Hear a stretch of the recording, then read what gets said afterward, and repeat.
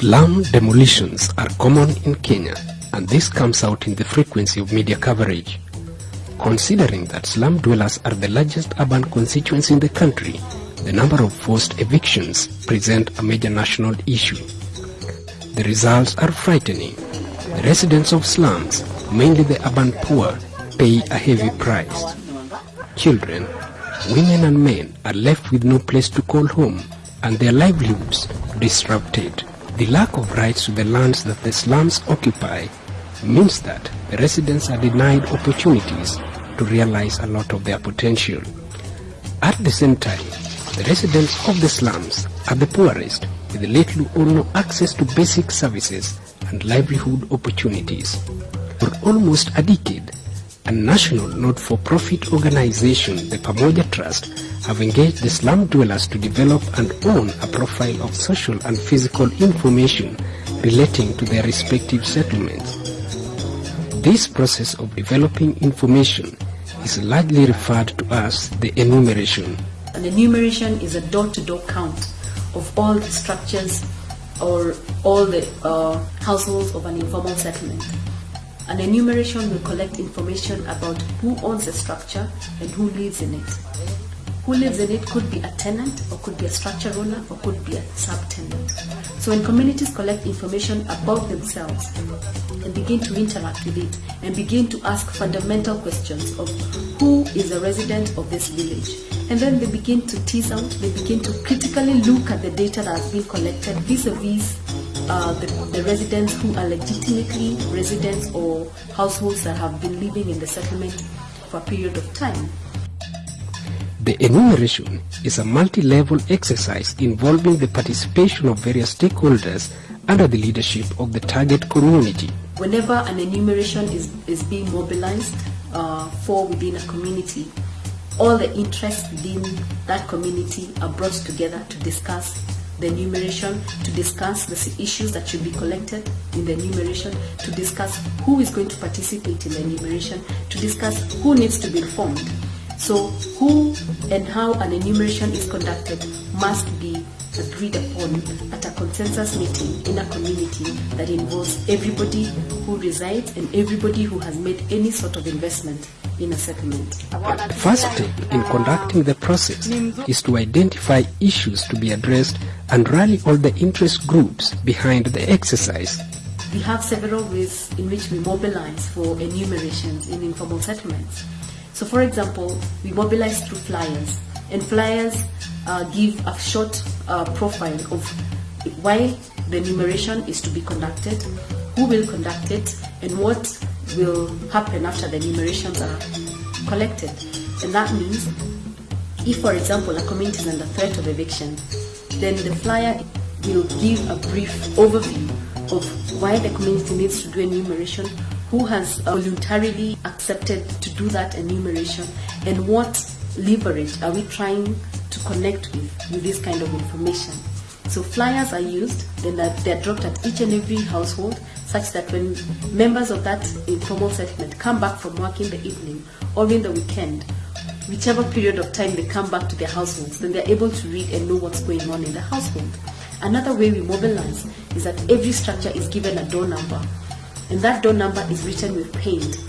So in itself, it's a provocative activity, because if anybody goes out in the morning and comes back to their household and finds a number on the door, then they will be provoked to go to their neighbors or to go to the elders of the village to ask, why does my house have a number and what does this number mean? So, and it is in this process that then people begin to get information, begin to be provoked positively, negatively, and begin to seek for information on what's happening within the village.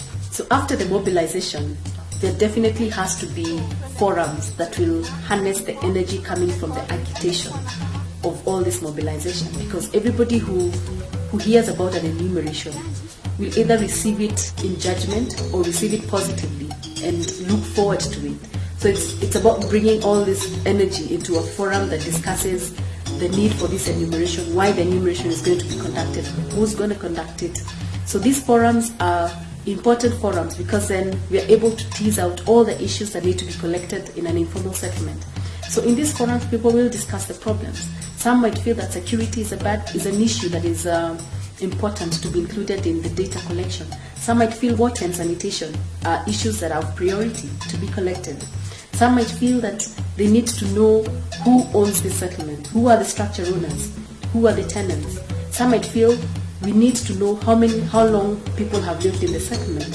So the issue of period of stay, the issue of where do people work, the issue of incomes, are people able, are people who are living in this community poor, and if they're poor, what kind of poverty indicators do we have in this settlement? So these are the forums that are able to harness the issues to be collected in an enumeration process.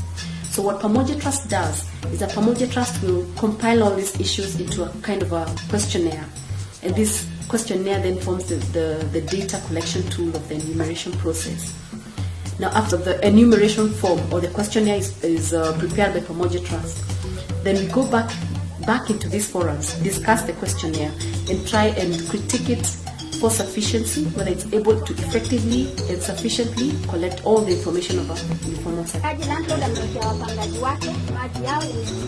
Once there is sufficient level of awareness and critical interest brought together, an enumeration team is selected. The team must reflect the face of the community. It must also represent different diversities within a settlement. During these consensus meetings is where we are able to recruit a team that will collect the information. So this team has to be presented to the whole community. People have to have a vote on them. People have to be able to accept these are the people that will collect our information. And another thing about them being presented back to the community as the enumerator is that people begin to build confidence in the process, because they know that the people that are enumerating or collecting our information are our children, are our parents. People will also begin to critique and be able to advise on whether that team will be sufficient, because sometimes when we leave the enumeration process to be collected by young people or the youth alone, people might not take the enumeration process in the weight that it needs to be. So young people need to be involved because of their swiftness and their energy to conduct the process, but also importantly is to involve the elderly of the community, because they know where the boundaries of a settlement are, they know where the potential conflicts are going to be, they know the people that needs to be prepared well in hand for this enumeration. Once the team has been vetted and agreed upon within the consensus meetings and by the community, then communities feel that it's a big exercise. So there'll normally be a launch in some communities. They need their area representatives, the area councillors, the area chiefs, the area leadership to come and launch the process. And that is political. It has a political advantage, because then if they want everybody to own the process, then they want to launch it and they want to involve everybody in the process. So after we launch the exercise, then the data collection happens. Every household is enumerated. Every household has a form, has an enumeration form to it. So be it a business, be it residential, be it a public facility or utility, all these structures within an informal settlement are enumerated and information is collected regarding all these types of structures. Another thing is that we also do mapping. So socioeconomic data goes alongside mapping. So as the enumerators are carrying on the data collection, we have a team within the enumeration team that does mapping. From a base map, Pamoja Trust is able to prepare a representation of the village on a map. So that map is printed out, and what the mapping team does on the ground, it goes and updates all the facilities within the informal settlement. And all the facilities include all the residential houses, all the business structures, all the water points, all the toilet facilities, all the churches, all the schools, all the health facilities. Information is collected and information is checked for quality. So we have teams that sit down at the end of the day and look at all the questionnaires that have been submitted back from the field. If there is data that is insufficient or there are forms that have not been filled well, then they're returned back to the field and data is collected. So after the data is collected, the data goes into keying in, Pamoja Trust has resource centers where communities are able to key in the information. So then after the data is keyed in, there's a verification process, which is an equally exciting and equally provocative exercise, because everybody who got enumerated is publicly viewed. So what Pamoja Trust does is that it prints out all the register of all information that was collected. So we have verification in two ways. We have community registers where public information is hung up centrally at a settlement so that everybody is able to verify it, everybody is able to check for it for validity and for legitimacy. So we also have private information where households give information, for example, about their level of income, about their level of education, which they might not want it to be placed in the public eye. So then we have household reports that Pamoja Trust helps the communities develop, and that those household reports are taken to each and every household, and the households are able to verify the information that they gave is right or updated, because sometimes children are born in between these processes, or people are unfortunately dying during this in between these processes. So then the verification process is able to verify for that kind of information, or even for typo errors.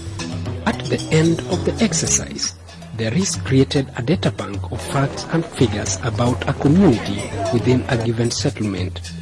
This is a critical weapon for communities and the Pamoja Trust. The data bank provides a reference point in the struggles to formalize settlements and provide basic services and amenities to residents of slums. Indeed, the negotiations are grounded on credible facts that give overpowering impetus to the processes.